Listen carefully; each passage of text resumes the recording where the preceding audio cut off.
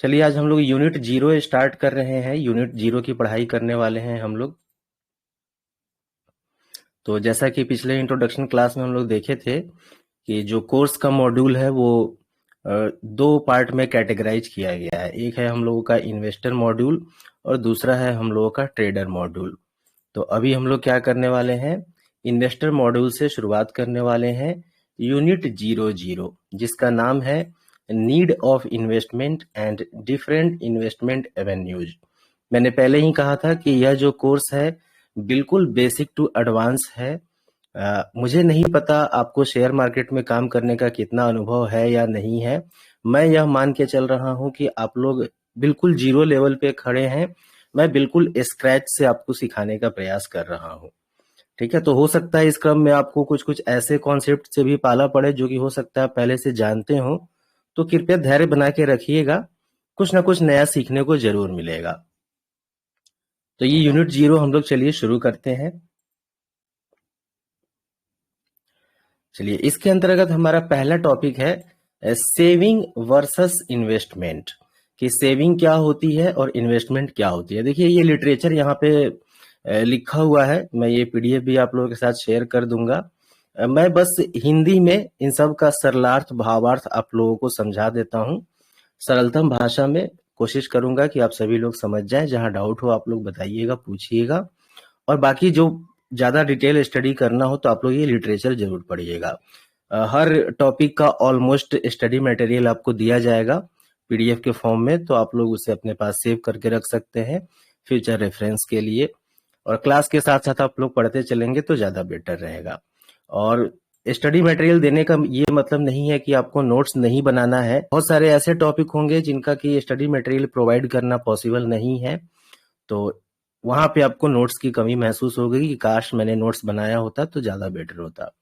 तो साथ के साथ आप सभी लोग नोट्स बनाते चलिएगा, नोट्स बनाना बहुत इंपॉर्टेंट है। तो चलिए हम लोग फिलहाल बात करते हैं कि सेविंग और इन्वेस्टमेंट, इनमें क्या डिफरेंसेज हैं और क्या सिमिलैरिटीज है। कई मायनों में सेविंग और इन्वेस्टमेंट बिल्कुल एक जैसा है, सिमिलर है, और कई मायनों में सेविंग और इन्वेस्टमेंट एक दूसरे से डिफरेंट है। देखिए सेविंग की बात अगर हम लोग करें तो सेविंग का मतलब है, हिंदी मतलब है बचत। तो बचत का फॉर्मूला होता है कि इनकम माइनस एक्सपेंस। जो आप इनकम कर रहे हैं उसमें से अपने खर्चों को माइनस कर दीजिए, घटा दीजिए, जो बच गया वो आपकी सेविंग हो गई। और इन्वेस्टमेंट का मतलब होता है कि जो सेविंग आपने किया उस पैसे को आपने किसी इंस्ट्रूमेंट में इन्वेस्ट किया, जहां पे आपका प्राइमरी फोकस ये है कि आप वहां से कुछ रिटर्न जनरेट कर पाए। जब भी हम लोग सेविंग की बात करते हैं तो वो शॉर्ट टर्म होता है, ध्यान दीजिएगा। सेविंग की बात जब भी करते हैं तो सेविंग से हम लोग शॉर्ट टर्म एक्सपेंस को मेंटेन करते हैं, और सेविंग से हम लोग कुछ भी रिटर्न या प्रॉफिट कमाने की इच्छा नहीं रखते हैं। लेकिन जब हम लोग अपने पैसे को इन्वेस्टमेंट के पर्पज से यूज करते हैं, अपने पैसे को, अपने सेविंग्स को कहीं ना कहीं इन्वेस्ट करते हैं, तो इन्वेस्टिंग के केस में लॉन्ग टर्म फाइनेंशियल गोल्स की बात करते हैं हम लोग। लॉन्ग टर्म फाइनेंशियल गोल्स हो सकते हैं, जैसे हो सकता है किसी को दुनिया घूमना हो, किसी को ड्रीम होम बनाना हो, किसी को ड्रीम कार खरीदना हो, किसी को अपने बच्चे को हायर एजुकेशन दिलवाना हो, किसी को अपने रिटायरमेंट पे एक अच्छा खासा कॉर्पस, अच्छा खासा फंड चाहिए हो।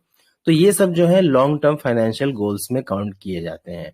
शॉर्ट टर्म फाइनेंशियल गोल्स में क्या काउंट किए जाते हैं कि बच्चों के स्कूल का फी देना है, दूध का बिल देना है, टेलीफोन का बिल देना है, इंश्योरेंस वगैरह कराए हुए हैं तो उसका प्रीमियम पे करना है।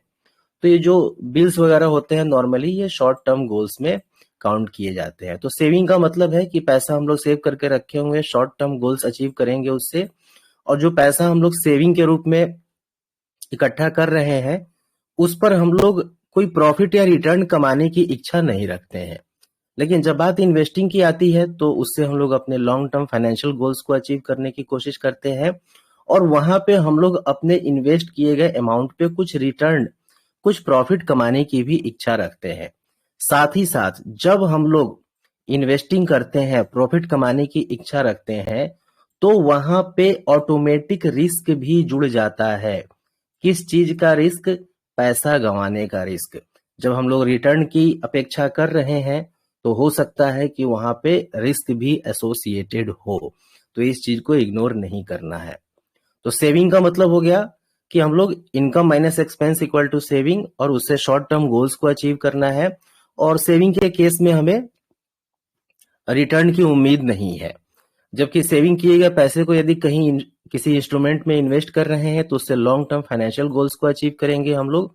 और जब पैसे को इन्वेस्ट कर रहे हैं तो वहां पे कुछ रिटर्न, कुछ प्रॉफिट की भी उम्मीद है, साथ ही साथ वहां पे हम लोग कुछ हद तक रिस्क लेने को भी तैयार हैं। रिटर्न कमाना है तो रिस्क लेना पड़ेगा, बिना रिस्क के रिटर्न कमाना मुश्किल है। तो ये मेन डिफरेंस हो गया सेविंग में और इन्वेस्टमेंट में, और यही बातें यहाँ पे लिटरेचर के फॉर्म में बताई गई हैं। फिर देखिए यहाँ पे इस पैराग्राफ में ये चर्चा किया गया है कि सेविंग जो है, अगर डिक्शनरी मीनिंग हम लोग देखें, डिक्शनरी का डेफिनेशन देखें, तो वो कहता है कि reduction in the amount of money used. This definition refers to reducing consumption so that some money is saved. तो डिक्शनरी डेफिनेशन कहता है कि सेविंग का मतलब है कि आप अपने कंजम्पशन को, अपने खर्चे को कंट्रोल करिए ताकि आप कुछ मनी को सेव कर सके।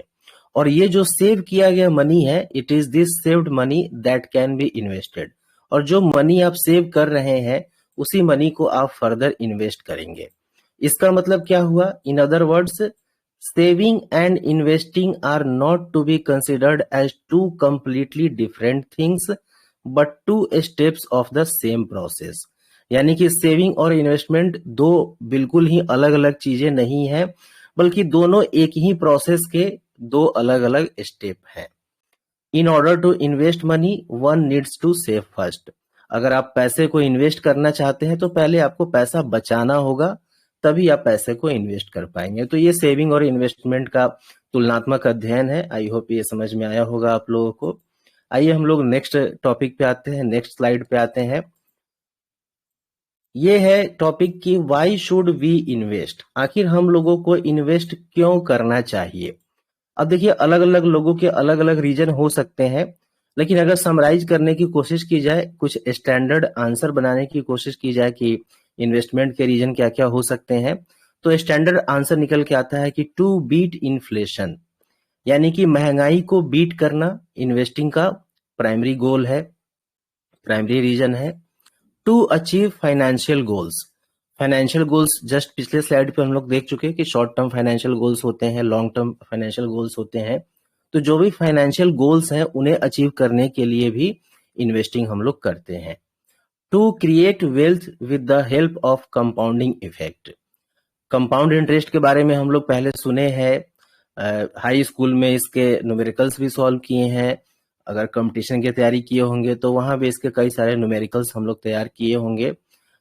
मेरा प्रयास रहेगा कि आज के इस क्लास में हम लोग कंपाउंड इंटरेस्ट के बारे में कुछ नया पर्सपेक्टिव लर्न करने की कोशिश करें। तो फिलहाल जो टॉपिक है व्हाई शुड वी इन्वेस्ट, यानी कि हमें इन्वेस्ट क्यों करना चाहिए, तो उसके तीन मोटा मोटा स्टैंडर्ड आंसर हम लोगों को मिले कि इन्फ्लेशन को बीट करना, फाइनेंशियल गोल्स को अचीव करना और वेल्थ क्रिएट करना कंपाउंडिंग इफेक्ट की मदद से। आगे कहा जा रहा है कि to understand importance of investing, यानी कि इन्वेस्टिंग के इंपॉर्टेंस को समझने के लिए let us understand what would happen if one chooses not to invest. अगर कोई पर्सन इन्वेस्ट ना करने का डिसीजन बनाता है तो उसके साथ क्या होगा? तो कहते हैं ना कि किसी चीज की इंपॉर्टेंस तभी पता चलती है जब वो चीज हमसे दूर हो जाती है, जब उस चीज को हम लोग गुम कर देते हैं, लूज कर देते हैं, तब उसका इंपॉर्टेंस हमें पता चलता है। तो वैसे ही अगर हम लोग इंपॉर्टेंस ऑफ इन्वेस्टिंग को जानना चाहते हैं तो इसका विपरीत सोचते हैं कि यदि हम लोग इन्वेस्ट ना करें तो हमारे साथ क्या हो सकता है। तो देखिए यहाँ पे एक टेबल है, ये एक पर्सन की कहानी है और ये एक दूसरे पर्सन की कहानी है। क्या बताया गया है कि एन इमेजिनरी पर्सन, एक काल्पनिक व्यक्ति है जिसका नाम मिस्टर एस है, earns INR 50,000 per month. Mister S जो कि एक काल्पनिक व्यक्ति है, महीने का 50,000 रुपए कमाते हैं। He manages monthly expense within INR 35,000, और उनका जो मंथली खर्च है वो 35,000 में वो मैनेज कर लेते हैं। दस ही सेव्स INR 15,000 मंथली। इस तरह से महीने में 15,000 रुपए की वो बचत कर रहे हैं। But he does not invest his money anywhere, लेकिन वो अपने पैसे को कहीं इन्वेस्ट नहीं कर रहे हैं। He just keeps hard cash in his vault. वो क्या कर रहे हैं कि अपनी तिजोरी में ये जो हर महीने का 15,000 रुपए बचा रहे हैं, उसको बस नोट के फॉर्म में, कैश की फॉर्म में अपनी तिजोरी में रख रहे हैं। In this way, after 20 years, he would have a corpus of INR 36 lakhs. This looks good amount, but considering inflation, Mr. S has degraded power of money. Mister S यहाँ पे काल्पनिक उदाहरण लिया गया है कि जो कि महीने के 50,000 कमाते हैं, 35,000 में खर्च मैनेज कर लेते हैं, 15,000 बचा भी लेते हैं, लेकिन वो इन्वेस्ट नहीं करते हैं, अपने कैश को अपनी तिजोरी में रखते हैं। अगर 20 साल तक वो ये काम करते रहे तो क्या होगा कि 20 साल में उनके पास 36 लाख रुपए जमा हो जाएंगे। तो देखने में तो काफी बड़ा अमाउंट लग रहा है कि चलो भाई 20 साल में 36 लाख रुपए जमा हो गया, लेकिन जब आप यहाँ इन्फ्लेशन को काउंट करेंगे, महंगाई को काउंट करेंगे, महंगाई जो कि हर साल कुछ ना कुछ बढ़ ही जाती है। मुझे याद है कि 2-3 साल पहले तक जो पेट्रोल 75-80 रुपए के आसपास हुआ करता था, वो आज 105 रुपए के आसपास है। ठीक है, जो दूध 40-45 रुपए के आसपास हुआ करता था, वो आज 60 रुपए के आसपास है। तो इस तरीके से चीजों के दाम बढ़ते जाते हैं, जिसे हम लोग महंगाई कहते हैं। तो 20 साल में महंगाई भी कहां से कहां पहुंच जाएगी। तो इस तरीके से ये जो कॉर्पस जमा किया 36 लाख रुपए का मिस्टर एस ने, कहीं भी इन्वेस्ट नहीं किया, सिर्फ सेविंग ही किया उन्होंने। तो इससे उन्होंने क्या किया एक्चुअल में कि उन्होंने जो मनी का पावर था उसे उन्होंने डिग्रेड कर दिया। ठीक है, जब आप इन्फ्लेशन को बीट नहीं कर पाते हैं तो उस केस में आप मनी के पावर को डिग्रेड करते हैं। तो यदि आप मनी को पावरफुल बनाए रखना चाहते हैं तो आपको इन्फ्लेशन को बीट करना पड़ेगा। तो ये पहला एग्जाम्पल था जिसमें हम लोगों ने देखा कि मिस्टर एस जो कि ये डिसीजन लेते हैं कि उन्हें अपना पैसा कहीं भी इन्वेस्ट नहीं करना है, तो वो 20 साल में 15,000 रुपए पर मंथ बचा के 36 लाख का कॉर्पस जमा करते हैं। वहीं आइए दूसरे एग्जाम्पल को देखते हैं।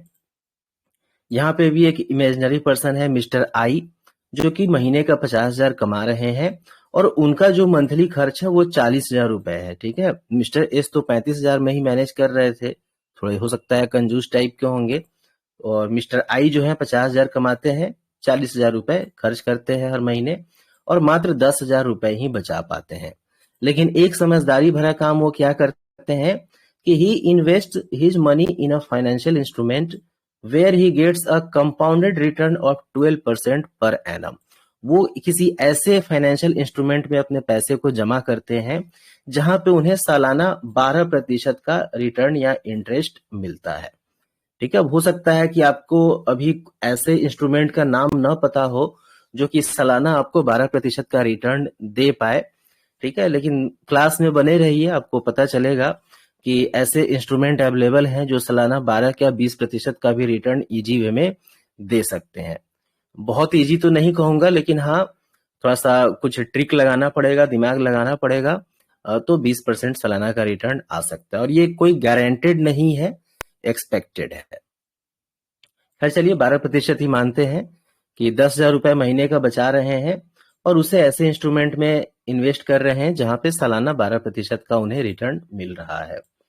तो इस तरीके से अगर वो 20 साल तक ये काम कर रहे हैं तो उनके पास कितना कॉर्पस होगा, 99.9 लाख का, लगभग 1 करोड़ मान लीजिए। तो देखिए एक तरफ मिस्टर एस हैं जो कि महीने का 15,000 बचा रहे थे, तो 20 साल में 36 लाख का कॉर्पस जमा किए। दूसरी तरफ मिस्टर आई हैं जो कि महीने का 10,000 ही बचा रहे हैं, लेकिन उसे इन्वेस्ट कर रहे हैं, तो उनके पास 99.9 लाख, लगभग 1 करोड़ रुपए का कॉर्पस उनके पास में है, जो कि मिस्टर एस की तुलना में 2.5 गुना से भी ज्यादा है। तो इस तरीके से हम लोगों ने क्या समझा कि यदि हम लोग इन्वेस्टमेंट नहीं कर रहे हैं, खास करके किसी ऐसे इंस्ट्रूमेंट में जो कि इन्फ्लेशन को बीट करता हो, तो हम लोग मनी के पावर को डिग्रेड कर रहे हैं। अगर तिजोरी में पैसा रखे हुए हैं तो रखे रखे अपने आप ही पैसे का जो पावर है, जो उसकी वैल्यू है, वो खत्म हो रही है। तो आई होप कि ये टॉपिक भी आप लोग समझे होंगे कि आखिर हम लोगों को इन्वेस्ट करना क्यों चाहिए।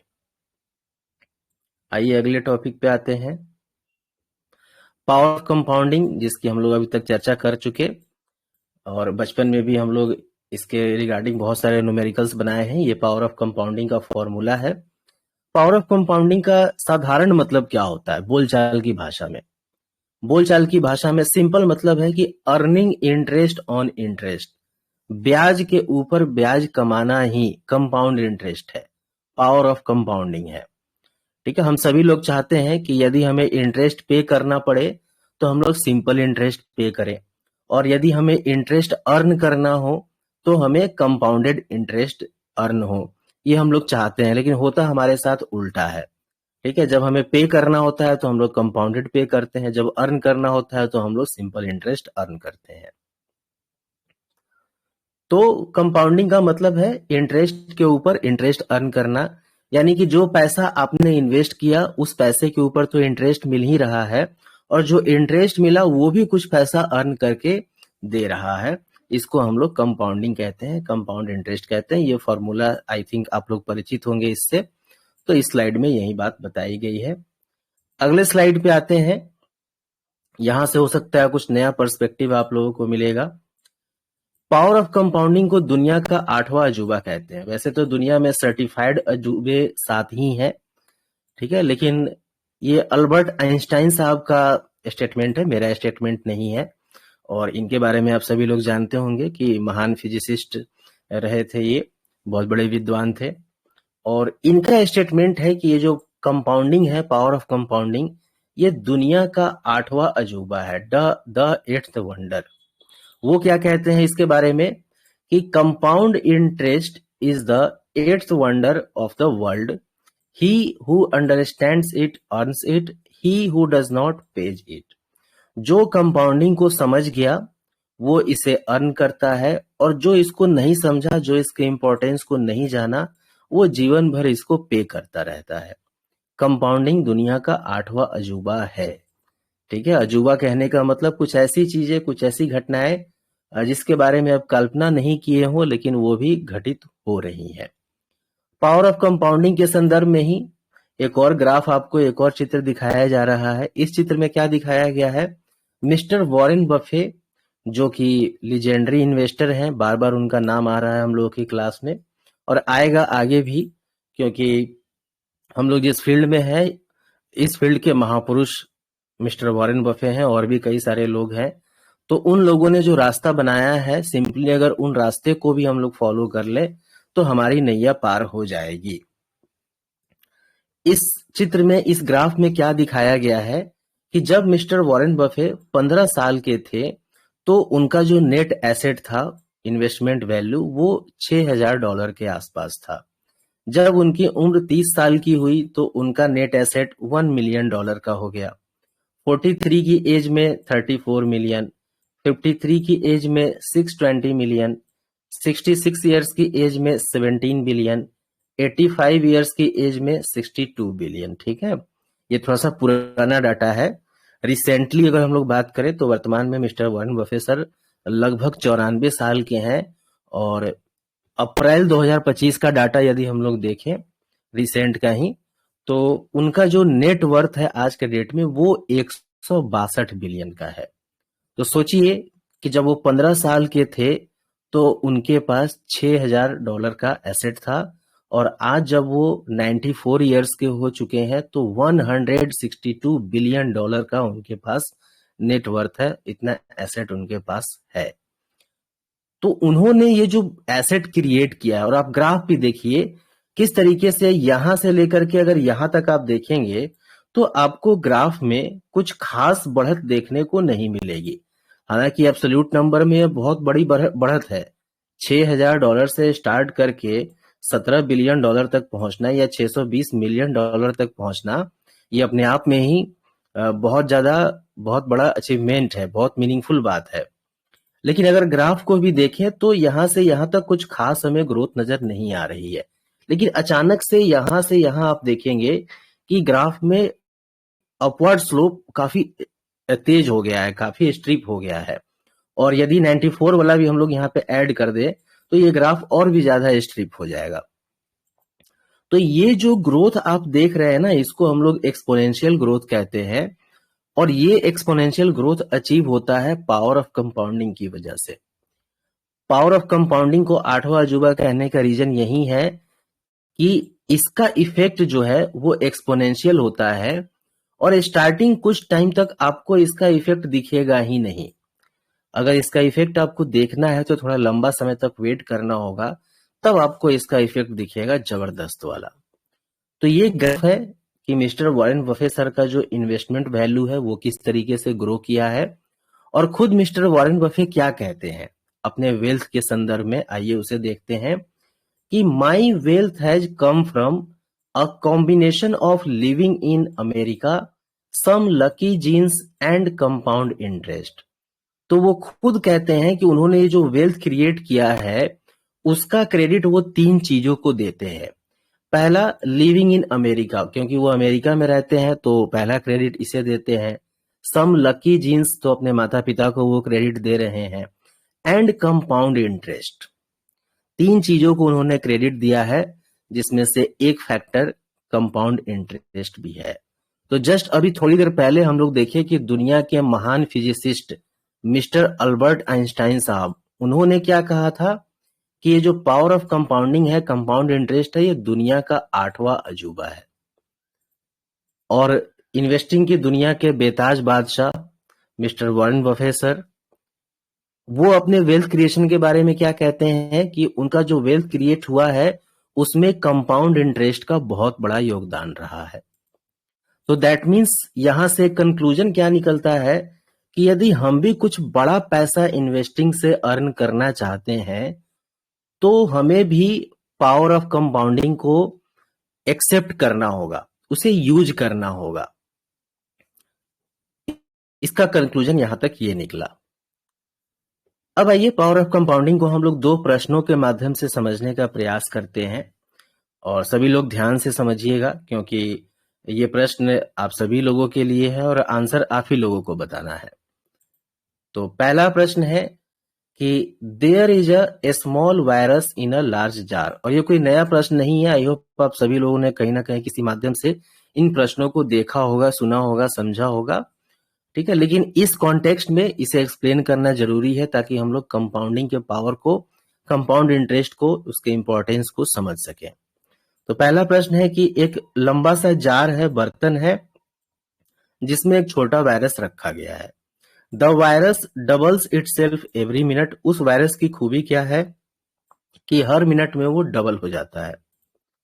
The virus फिल्स up the jar in 12 minutes. 12 minute में वो जो जार है पूरा का पूरा वायरस से भर जाता है। Can you guess how much time taken by the virus to fill the jar by half. क्या आप अनुमान लगा सकते हैं कि वायरस को वह जार आधा भरने में कितना समय लगा होगा। जार को पूरा भरने में वायरस को समय लगा है 12 मिनट, तो जार को आधा भरने में वायरस को कितना समय लगा होगा।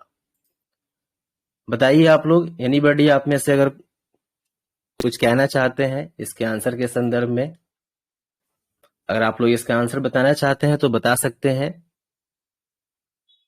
6 मिनट होगा सर, मिनट में आधा भर जाएगा। चलिए बहुत बढ़िया।